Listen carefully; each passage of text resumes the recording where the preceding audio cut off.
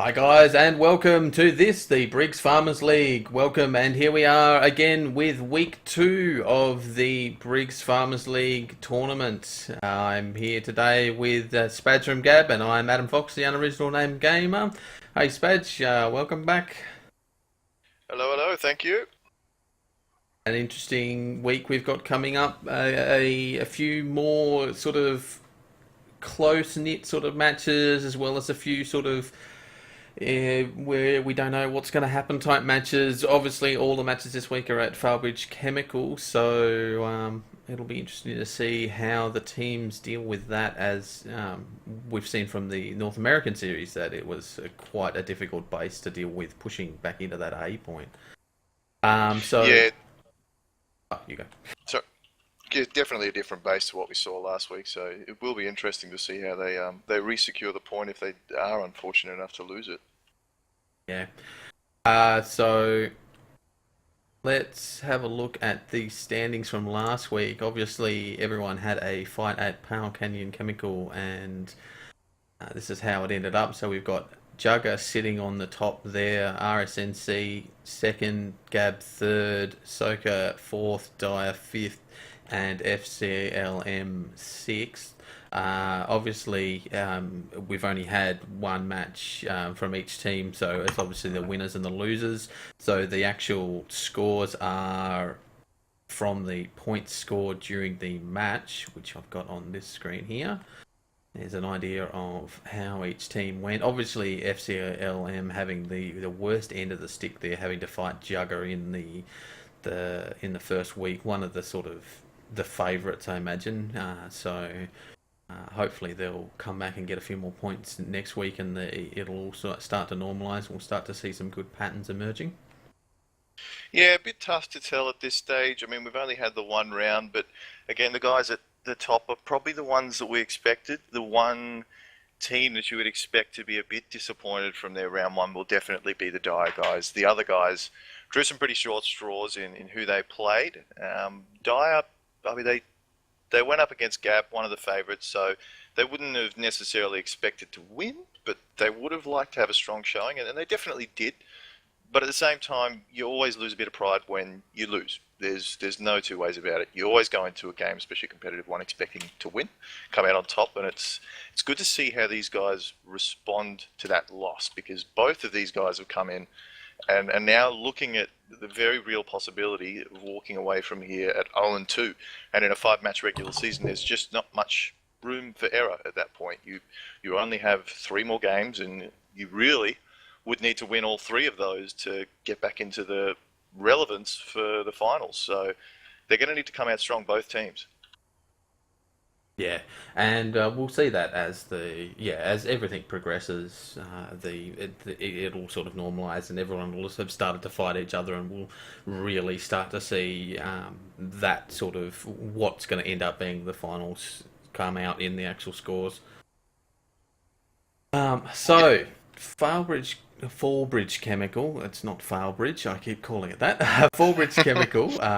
We'll just have a look at the exclusion zones there for you guys that aren't used to this base. Obviously, we've got a northern and a southern Sundra. They're a little bit northeast and southwest or whatever it is, but we're just going to call them north and south. Now, the way it works is you've got the sort of that bridge that runs down the middle of the facility, right where the A point is, and anything on that ground floor. If you're on the ground and you're on the other side of that bridge, like past the legs onto their side where their Sundra is, that's out of bounds. If you've gone sort of too far back away from the facility, obviously you're out of bounds as well. Nice and simple, really.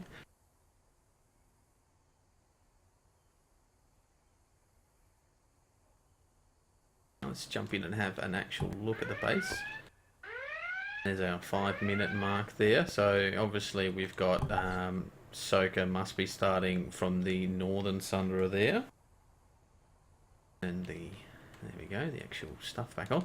And Dyer starting at the southern Sundra. So obviously this point in the middle here is our sort of our marker of the halfway point. So if a SOCA person goes past onto this sort of the swampy marsh or whatever it is, that'll be out of bounds. And Same thing back if you went past this pole here. Now, obviously, not any of that battle's really going to be going on there. They're going to be pushing straight up onto this landing and into this A point building, and this is where we're expecting to see most of the action. And from the North American streams I've seen, this is pretty much where everything takes place. It's really up to capturing that A point and then holding onto that A point, which is the real challenge. That's right. A point in this base notoriously hard to get back into and extremely easy to hold once you do get it. There's 4 points that you can control the high ground from. There's obviously the 2 walkways inside from the northern side and the southern side. If you can get 4 heavies on that, assuming that you've got your light assault on the roof, you've got your infiltrator running around inside where the enemy doesn't know where they are, and it's despite the fact that there's 6 doors to get into this initial one, the 2 large doors and then 4 small doors either on the north or the southern or the eastern face. It's just really tough and extremely easy to cover with 4 guys, those 6 doors. So to get back in, you really need to lead with rockets, say from the long doors or the large doors. Lead in with rockets, and then at the same time send in 2 of your guys through the back doors to get up onto those balconies, take down the defenders on there, and then worry about the point. If you rush in straight onto the point, you're going to get minced. If you have a disjointed push, you're going to get minced, and that takes time to set up. So you're looking at sort of 30 to 45 seconds where you're just going to be running around doing not a whole lot while you set up your push, and that's going to be the key. Yeah, and yeah, it's going to be very interesting to see how the scores sort of come out from this, because you're going to be expecting that the rockets are going to be used a lot here to breach into that room, but that obviously with the new scoring system that we're running for this round where rockets don't actually count towards your point total, it'll be interesting to see whether or not the points are quite lowered from previous matches basically. Yeah, for sure. I mean, you're probably, at best, you're going to be looking to get a splash on someone. At worst, you're going to take them down with the rocket, but you mainly want to dissuade someone from picking. And taking someone's shields down in this kind of setting is a pretty big bonus for you, because with the 300 ping that everyone's running on, you've got a 0.3 second delay on doing anything. So once you take those shields down, you've got 0.3 seconds that they can't react. You'll see them. They won't see you for 0.3 of a second, and you can realistically kill them before they can actually put their overshield up if they're running resist. So the splash in this one will probably be the best. Aim at the back because those walkways are quite narrow. If you know where they are and they're standing behind it, your splash should still hit them if you've got a well-aimed rocket. And then you're able to take them down for full points despite the fact that the rocket did most of the work for you. And that will allow you to breach and push in, and it's up to your team then to consolidate on that pick. Rightio. Now having a look at the teams for this week. Interesting to note, SOCA doesn't have Trollen this week, which definitely their big player in that first week round. So we've got George, Deseric, Nidro, Truesight, Dismos, and Monkey Bolus for SOCA, with Captain Thirsty, Helix, Black Bullet, Garrison, Daitoku, and Motherlands for Dire. We've got our 1 minute mark there as well. Yeah, we've got a few, I guess, debutants in this one. Nidra stepping in for, as you said, Trollen, who was a big playmaker for the SOCA guys. So that's a blow for them. They really need someone like that in this kind of a marquee matchup where they probably need to win to get some points on the board and just move forward as a team. So that's definitely can't be understated. And on the side of Dire, we've got Daitoku stepping in as well as Garrison, and then they've subbed out Schneebs and 60 Seconds who played last week. And probably were on the lower end of the scoring, so they might be looking to, I guess, supplement the good players and just put in the best that they feel that they have. So it'll be interesting to see how both teams, guys who are on debut, show up. Well, it'll be interesting to see what happens. Better jump over to the start screen.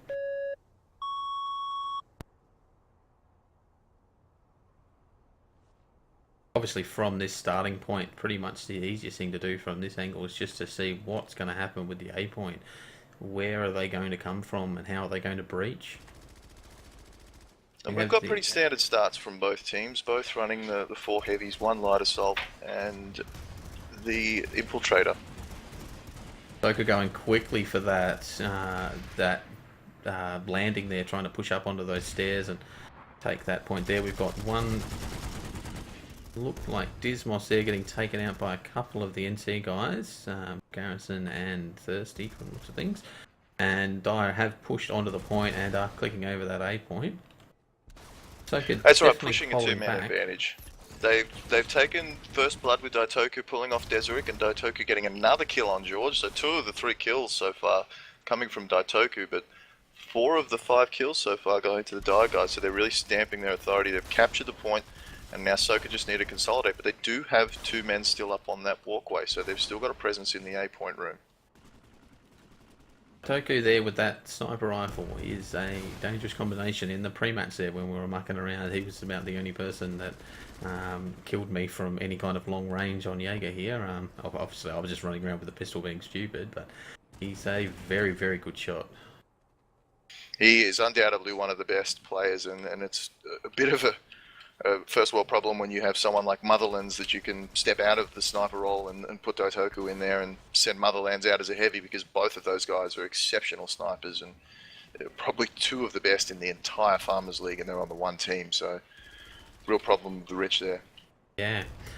So Dyer obviously taking that initial building sort of hold, and it appears we've got 1 TR here, Monkey and Dismos there as well, pushing up onto the stairs there. TR are pushing for the A point and have actually captured it, which is good. I think Daitoku's still up on the balcony here, being a threat.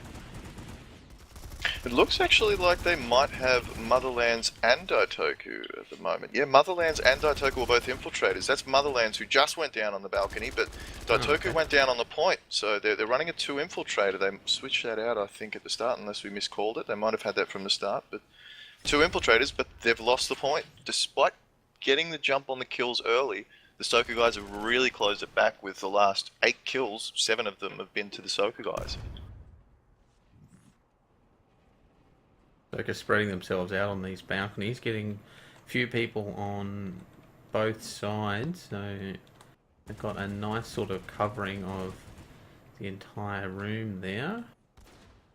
No sign of Dyer breaching in yet. Oh, we've got 1 here from the looks of things. No, and that's what you want to see. They've got to be smart about the way that they get in there, and we just see Captain Thirsty picking off Nidra, who was in the sniper role with a shotgun actually that he's running.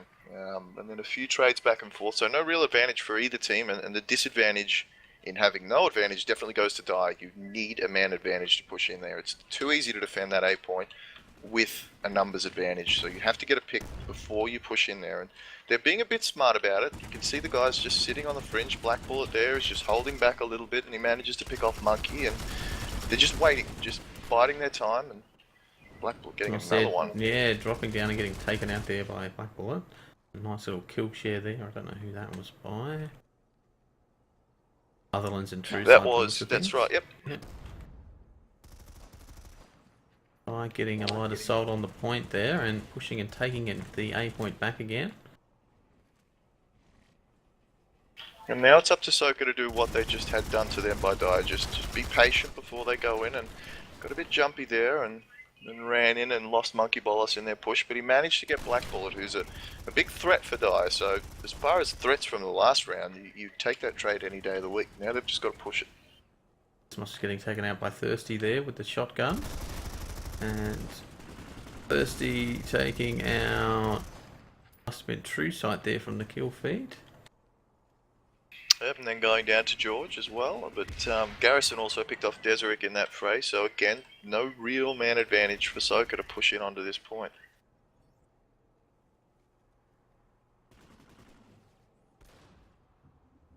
By going a little bit more aggressive this time around on their defense, pushing a lot more for SOCA's side of the building. And SOCA that's again a good push. Straight up onto that balcony, taking out a couple of guys there. Ooh. We've got Captain Thirsty going up big with the Commissioner, and they cleaned the SOCA guys out. Then we've got Captain Thirsty getting 2 kills there, and Daitoku cleaning up Nidra with the Commissioner. Now, Nidro, otherwise the guys on communal TeamSpeak will be really drunk really quickly. Definitely Nidra then. And yeah, totally. Absolutely. And Dyer guys stamping it hard there. Nidra picks up 1, but before that it was a 7 kill streak to the Dire guys, with Very good. Daitoku picking up a lot. Good push by SOCA, but Thirsty there just taking out too many of their guys in that light assault role. That's right, really playing well in that role. And we've only got 40 seconds on the cap, so it's probably at one push stage. They really need to get their wits about them and make sure that they go in well, the SOCA guys. And Dire might maybe be thinking at this stage, well, let's push out and get aggressive and keep them out. But they do get in. SOCA gets into the point. Got him back up on that balcony again. Thirsty looks they like go he's down. still there. Black Bullet coming up quite big there, picking up 2 kills, and Motherland's picking up another on Nij. And that's going to be a point cap.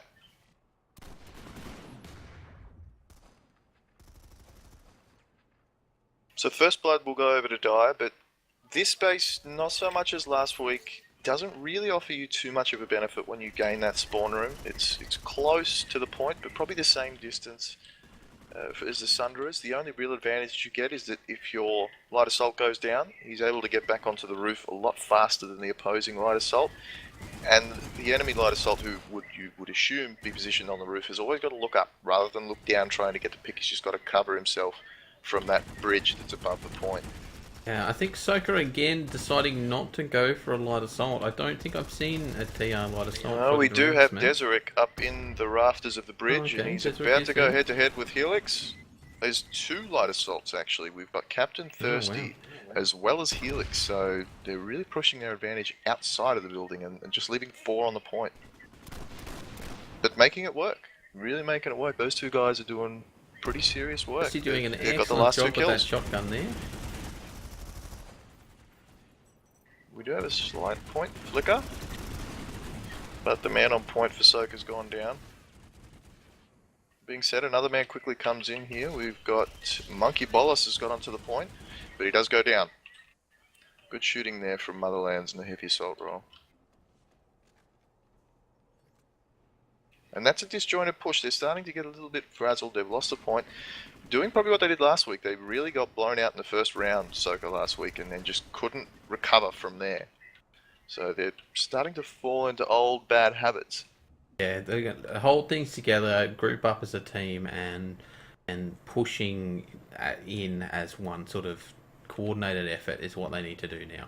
They've still got time to recapture the point, and if they can get the Dire guys off the point and aggressively hold that point, they could recapture this facility for those extra few points. Looks like they're pulling out a few more of the rocket launchers now from the shots we're getting inside the A point here. Definitely lobbing in the rockets now, but they're trying to outshoot the Dire guys when the Dire guys are up on the balcony, and that's a really tough angle to shoot because they're shooting from the large doors up onto the balcony. To avoid that fire, literally all the Dire guys have to do is press C. You're out of line of sight completely from the angle that you've got being raised above them. You're not going to be spotted through that through the balustrade. You're just going to be completely covered. Reload, get shields back up, and then re-engage on your terms. The Dire have moved their light assault and their infiltrator outside now, and that's just right away. The open ground outside the facility here is really slowing down SOCA from getting into that point. Nice 2 for 1 there from 2 of the SOCA guys there. Who's that? Midnight and True Sight? Oh no, Monkey Bolus and True Sight. Yeah, but he does go down to Helix, and then True Sight gets picked off by it, so had a slight advantage, but lost it by either being over-aggressive or the Dire guys just knowing where they were. And at the same time, Nij goes down to Garrison. Sure, I just saw another land shark. Yep, the bugger's definitely not fixed. Rip guys on stream.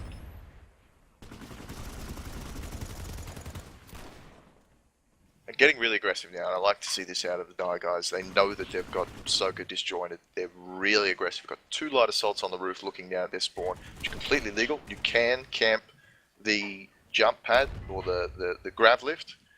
And then the other guys are just standing at the doorway. There's literally one way that they can get in, one way only. They have to go through there or take the long stairs, and you almost end up at the same spot anyway, which will be covered by the 2 light assaults on the roof. So it's a tough approach now that they've got this just impenetrable wall of Dire waiting for them.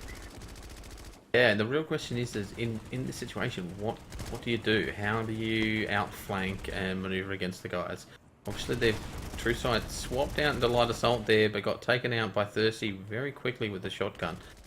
Yeah, he got baited there. He picked off, I think, yep, Helix he picked off. So he picked off one of the two light assaults, and then he shot at Captain Thirsty, who immediately dropped off, knowing that he would push up and engage Captain Thirsty, and then he just floated back up with the shotgun and took This his is head off. exactly what I was predicting. I was thinking was going to happen. I was just about to say about it. I reckon SOCA is going to move towards more light assaults. They're going to try and flank from different positions, and that's exactly what they've done. They've got two light assaults up on the roof here now, trying to deal with Thirsty from long range. They've got a third one up there now as well. Thirsty just running around. Using the light assault to try and flank around. They've realised that they're going to get farmed going up that jump pad over and over again. They need to do something different. It's a good change, and they have managed to clear out. Oh, they don't really see. Yep, they do pick off Helix. It's a good change. They've gained control of the roof, but at the same time, they traded the same amount of kills. They traded sort of 3 for 3, maybe 4 for 3, not in their favour. And they still don't have a presence that they can push in onto the A point, which at this point needs to be a priority because they're so far behind. Yeah, well, at this point as well, with the 3 minute mark left, they obviously can't capture the point for that point capture. So there's not a whole lot of point them pushing into A. But what they can do is try and minimise the gap between them and the die guys, which I think is probably what they're trying to do now with the 3 light assaults on the roof. Obviously, if there's the 3 of them, they've got a nice open space that they can try and they can easily see if any other light assaults or any infantry get up on the roof. And meanwhile, every second they're staying alive is not another second they're getting killed and losing points to the Dire team.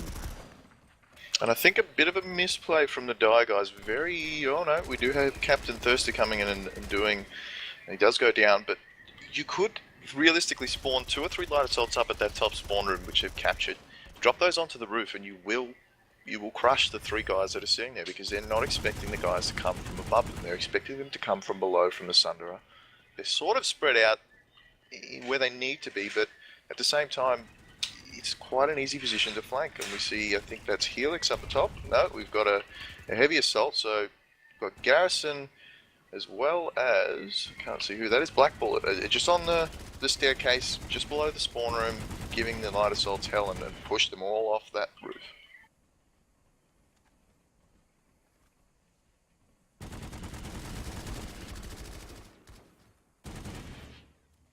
And a good kill coming in there for the 2 light assaults on the roof. Dismos and True Sight both picking up a kill, but then Black Bullet putting down True Sight, but still a 2 for 1.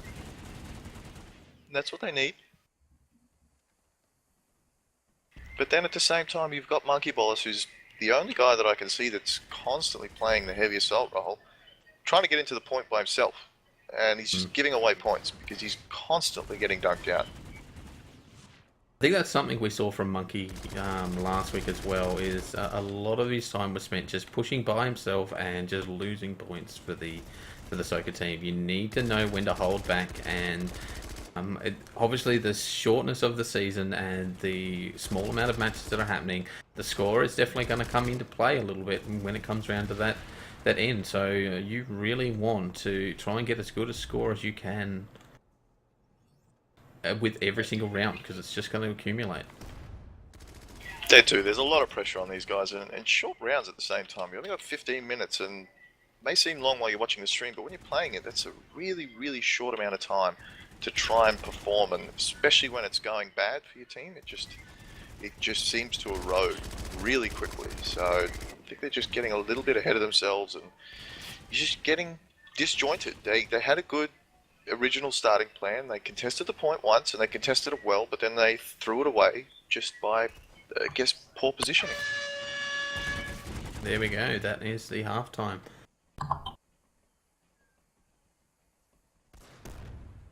Rightio. So having a good look at the scores now. Dire obviously ahead with a 204. That point cap making all the difference for them, as well as the large amount of kills that they've got there. Every single one of them ending up with double digits for kills, whereas Really only True Sight getting 14 kills for SOCA there. So um, again, they really needed to hold back and deny Dyer those extra kills there. Absolutely. They started to leak points there, and True Sight again coming up pretty big. He went positive last week. I think he had a positive 18 score last week. Yeah, he did positive 18 at the end of the match. So he's their one sort of shining light, and with the absence of Trollin to back him up, there's just a few really big negatives there. I mean, Dismos did well, but we touched on Monkey Bolus just going in and bleeding points, and at 7 and 19, you see the result of that. And then on the other side, just really well spread positive scores. You would expect someone, at least on that team, should be negative, but just shows the absolute control they had over the match, that every single man, the lowest positive score that they have is 10, which is 5 kills. So just really dominant play from Dyer. And I guess we've found or seen how they're going to react to a loss. They got beaten last week, and they've come out and just really wanting to stamp something on this and say, no, we're not a team that's going to keep losing. We're going to turn this around and we're going to make the finals. And they've shown that. Great first round from them. Yeah. Yeah, obviously SOCA are definitely on the back foot here, and it is going to be pretty much I can't even think of the word. Like management for the next round. Just trying to minimize the score that Dyer's going to end up with. Like if Dyer does the same sort of points as they did this round, they're going to be up around the 400 mark, similar to what Dyer to what Jugger was versus Fifth Column in their first round.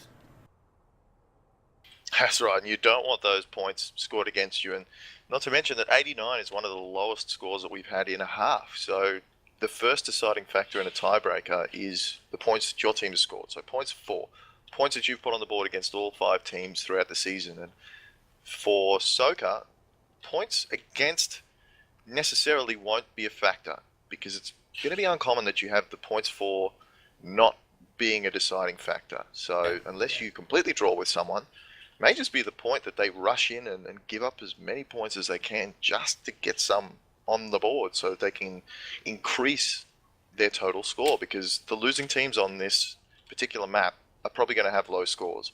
If you can be one of the 3 losing teams that will lose, 3 teams are definitely going to lose this week, if you can be the highest scoring of those 3 teams, then that can be a bit of a silver lining for you.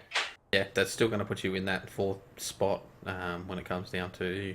Because obviously you're going to have that 3 teams that are in the top and 3 teams that are in the bottom. The finals are obviously going to be those top 4 teams, so you don't want to be those last 2. So yeah, adding that little bit to your score is going to help. And I'd like to see SOCA do something really, really out there for this one. I've sort of kept it a bit quiet, but I think this is a kind of base where the initial push, as long as you can secure it and hold it, would definitely benefit from someone pulling a max out. Really, really gives you a good presence on the point, and it gives the enemy a point where they constantly have to look at. They're not looking at the point, they're just looking at the max. Despite the fact that if you die... Well. So I'd like to see them do something like that and just rip out a max, just to throw a spanner in the works for the Dyer guys and disgruntle their obviously very, very coordinated pushes. Yeah. Nah, throw a real spanner. Pull 5 maxes and 1 infiltrator. And the infiltrator stand on the point, and the 5 maxes just walk around. That's it. That's the way you win. R18 tactics. Clearly. Yep, R18 tactics for sure. But no, I think they can do something like that. I'd like to see them try something crazy like that. So we'll see.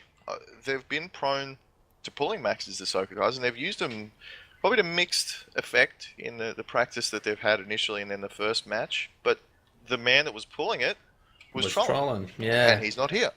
So do you have someone that's confident enough that plays max enough? Because it isn't as easy as everyone thinks. While it's easy and it's just point and click, you still need to be very situationally aware where the rockets are going to come from. Because if you die immediately to 2 rockets, which will kill you, it's 5 points for free to the enemy, and that's a 1/5 of a base capture, and that's a lot of points. You don't want to give that up. You only get 1 point for a kill as well, so it's half as valuable when you kill someone, and it's 150% more valuable when the enemy kills you. So it's a risk, but I think they need to do it.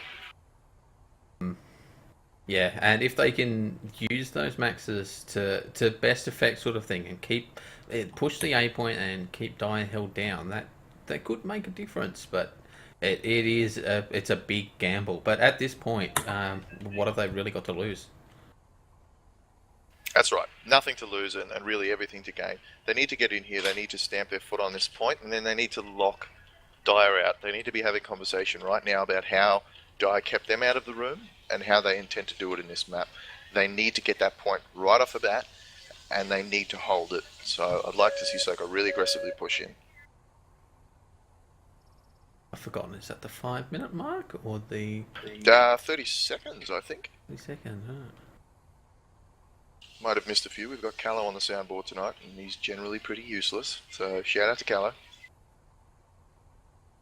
Hi, Carlo. I think I'm going to start in a different position this time round. Obviously, we've been talking about what TR is going to come out with, so we're going to watch their Sunroof at the beginning of the match and see what they do actually appear with. No signs of a max so far. We do have a whole bucket load of heavies, at least one light assault, and an infiltrator. So pretty well standard. They don't seem to have gone for anything different. Oh, I got battle rank 4 on the cam. Woo! Dyer seem to be a little bit slower on the pushing into the point this time round. Yeah, Dyer guys have waited. They should know that no matter what, unless you're told to stop, you keep going. There's no reason to stop. The alarm did go off. They had no excuse. They missed the opening then because there were a few extra tells or whispers from Callow, so they've lost a point by passive, and a bit of a mistake from those guys. In this format, unless you're told to stop, you do not stop.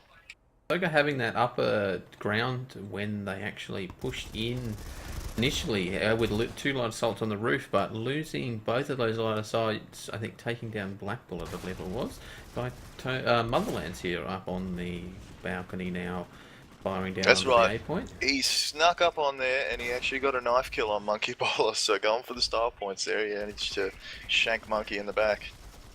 Garrison here pushing onto the A point. No signs from SOCA for defense. Oh no, here we go. What have we got here?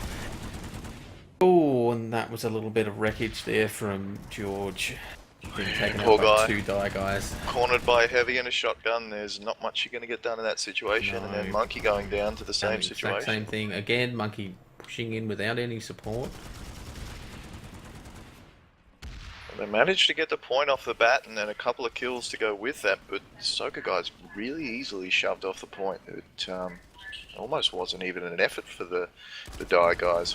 Yeah, they had that upper territory, the roof sort of right at the beginning there with the 2 light assaults, and just weren't able to hold back the Dyer guys. Just getting taken out too quickly. We've got Deseric and Truesight still up on the roof in the light assault role, but control of the roof in this map is only good if you're actually killing the Dyer guys on the point, because your position on that roof is to pick off guys as they come up the grav lift. If you're not killing them on the inside, they're not going to be spawning at the Sunroof, and they're not going to be taking the grav lift. So 2 real superfluous guys on the top there that are just not doing much, and they do, it seems, pull one off there. Truesight's still on the roof. He's dropping down possibly to go in also and get a push on the point. Oh, we do have a max here. It sounds like TR have pulled a max. If we got there, Dismos has pulled a max and already lost half of his health. Being taken down badly there by... Yeah, Black Bullet manages to put him in the dirt. With the rocket launcher there, yeah. Well, that's 5 points, and he actually didn't get a single kill. So even Dyer here going for the Thirsty there, running around with the max. This is not a good thing for SOCA with this point. No, and why wouldn't you at this point? I mean, he's taken down to probably a 3rd health already. He has managed to get 1 kill at least, but he's just going to be a focal point. Now that every time they push in, they're going to know that he's there until he redeploys, which it looks like he might be doing actually. Yep, there he goes. There he goes. So, denying the enemy the 5 points, that's smart. Oh, they've also got another one over here as well with Helix. The guys that were light assaults just going. Obviously, Dyer have just sort of gone, nah, screw it, and they're just pulling the points out. Obviously, they've got the points to waste as well. If they lose that 5 points there, it's really not going to make a huge amount of difference. No, it's not. And we see Helix picking up. Wow, he nearly goes down there, dodges the rocket out at the end. He got 1 kill. So again, just pick up 1 point and stop them pushing in, because they know that the only road that SOCA's going to take to get a victory here is by getting that point and capturing it. If they hold the point and they secure the point, there is no way that they're going to lose a 100-point advantage within a round. No. So really smart play, really smart play. Just using the max to purely deny the entrance from the SOCA guys. And they're about to capture again. 20 seconds to go until the base flips again for Dyer.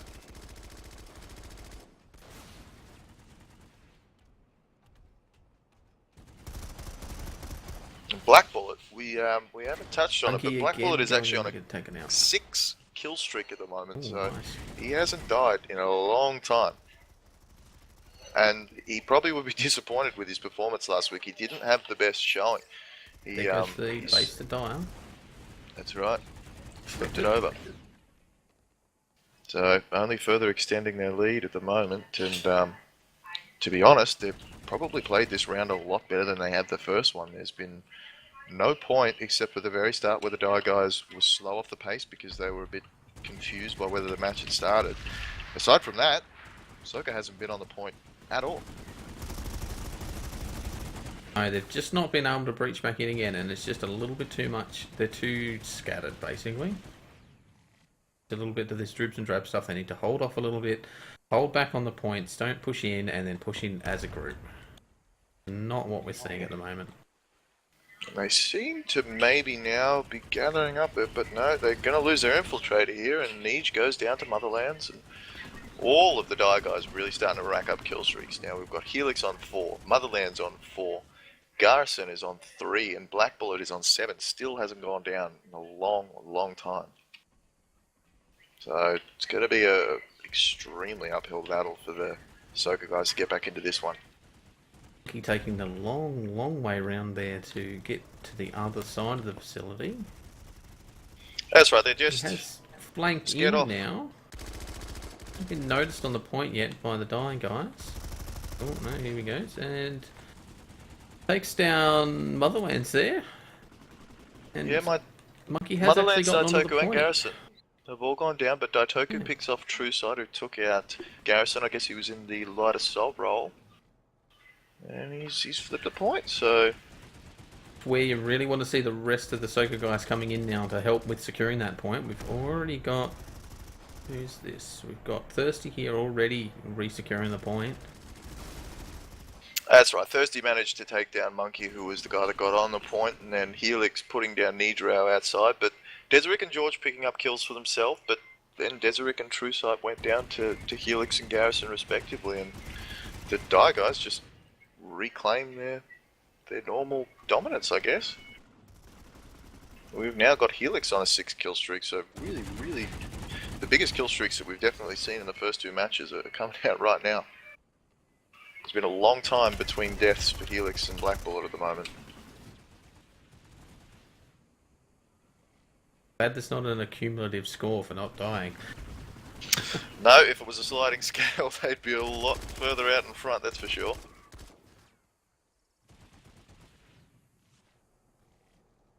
Got one of our light assaults here. Is that Helix? It is too. Yes, Helix running along the bridge as a light assault.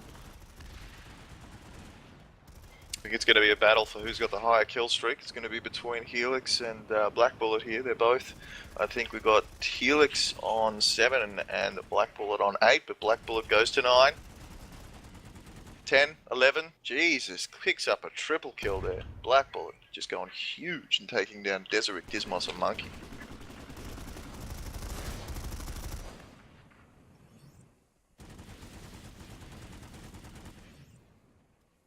And to put an 11 kill streak into perspective, the highest entire kills last week for the SOCA guys was 31. So he's basically got their top fragger, a third of his entire kills across 2 rounds. Yep. In 1 life. And we've still got time on the clock here, so can he extend it? And a good answer, I think, from Dyer for the lighter salt problem. They've got Captain Thirsty up on the stairs above the roof. So he's obviously spawned in the spawn room, walked down the staircase, and he's just standing above it, denying the opposition the ability to shoot down on his grav lift. He's not going to the side that the SOCA guy's on, so he's not looking to pick them off as they come up. He's just defending his guys as they come up. Oh, sorry, the opposite. Don't tell a lie. He's actually aggressively placed and shooting down on the SOCA spawn. Yeah, we've got Helix up there on the top of the bridge as well, and between the two of them, they're just denying the entire open area to them. Yeah, really, really tough for the guys at the moment. They've only managed to get 3 kills in the last 3 minutes, and that's True Side, Deseric, and Neej picking up 1 kill each, and the rest of it is just a wall of blue. But Captain Thirsty goes down to True Side. They have breached up onto the landing now. They do seem to be moving for the point. We don't have any Thirsty up there on the top of the stairs. Got We do True have Side's Garrison about there to- hiding in the corner. Yeah, we got True Side's about to run into Helix on the roof. No. Sorry, Thirsty manages to pick him off from that staircase. He's still up there. Did Black Bullet disconnect? I've been trying to find him for like a minute now. Can't find him anywhere. Not too sure where he was. He just got a kill. Was it a minute ago? He picked off Dismos, so he maybe have the invisible bug. Possibly. I can't see him either, but he's a sneaky one.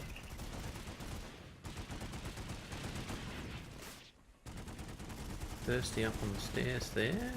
Oh, he's just in the long doors. He was invisible, but he does go down. So he managed to pick up his 13th kill, but then Deseric put him down. So he traded with Deseric, but 13 kill streak. Just insane. Really, really dominant play from him.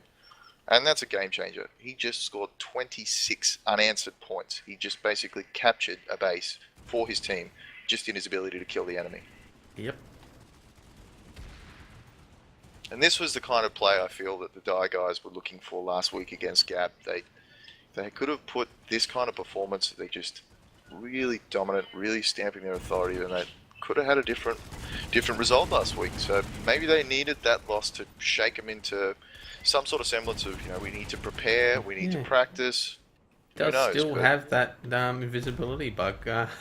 He was here a second ago and then he's gone. Yes, he is. You can just see his shield popping up. He's invisible for me too, so pretty sure that's one of the rules, so drink up, boys. Ghost, that is Black Bullet. You need to call the Ghostbusters.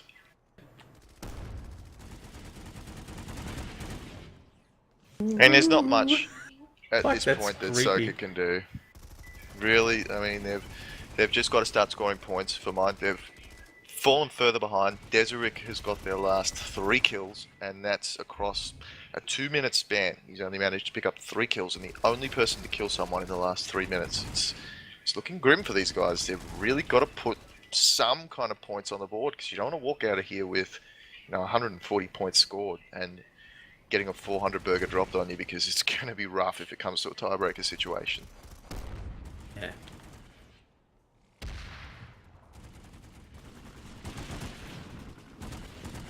Interesting to find out from the SOCA guys if the invisibility bug is something that they're actually dealing with on their end as well, or if it's a client-side issue similar to the dead bodies bug. I do believe it's still client-side, same as the land sharks that we see. But there has been cases where you do see it, and it's something that we need to get onto SOE about. Well, we've got a whole half a match here of bits of the cam showing Black Bullet disappearing and appearing sort of thing. If that's not enough proof that it exists, I don't know what is. That's it. I think they know it exists. It's a matter of prioritization. They've got a lot of stuff to get through to fix everything up. But, story for another day. And it's good to see the Die guys really spreading the points out. You've got sort of Daitoku sitting down on a lower score than everybody else, but you would expect that playing the infiltrator role. Again, we saw Solus as well as Motherlands in the match between Gavin and Dyer last week coming out with negative. I think Solus was -5 and Motherlands was -6, and both did their role very well. So it'll be interesting to see his net score come the end of this match. But the points that they're putting up, around 50, 70, up to 70 points, that's a lot of points that Motherlands has dropped on the board. I've got two of them now. I don't know who the other one is, but I've got two guys now that have both got the invisibility bug. Just like a whole Garrison is doing it as well now. Oh, great. Oh, they've probably got a hold of Cersei's hacks and they're actually just doing it on purpose. We'll put it past them. Yeah, I've got Black Bullet that's still invisible for me as well, so hopefully the SOCA guys aren't seeing that as well. It'd be a bit of a shame if it was the case.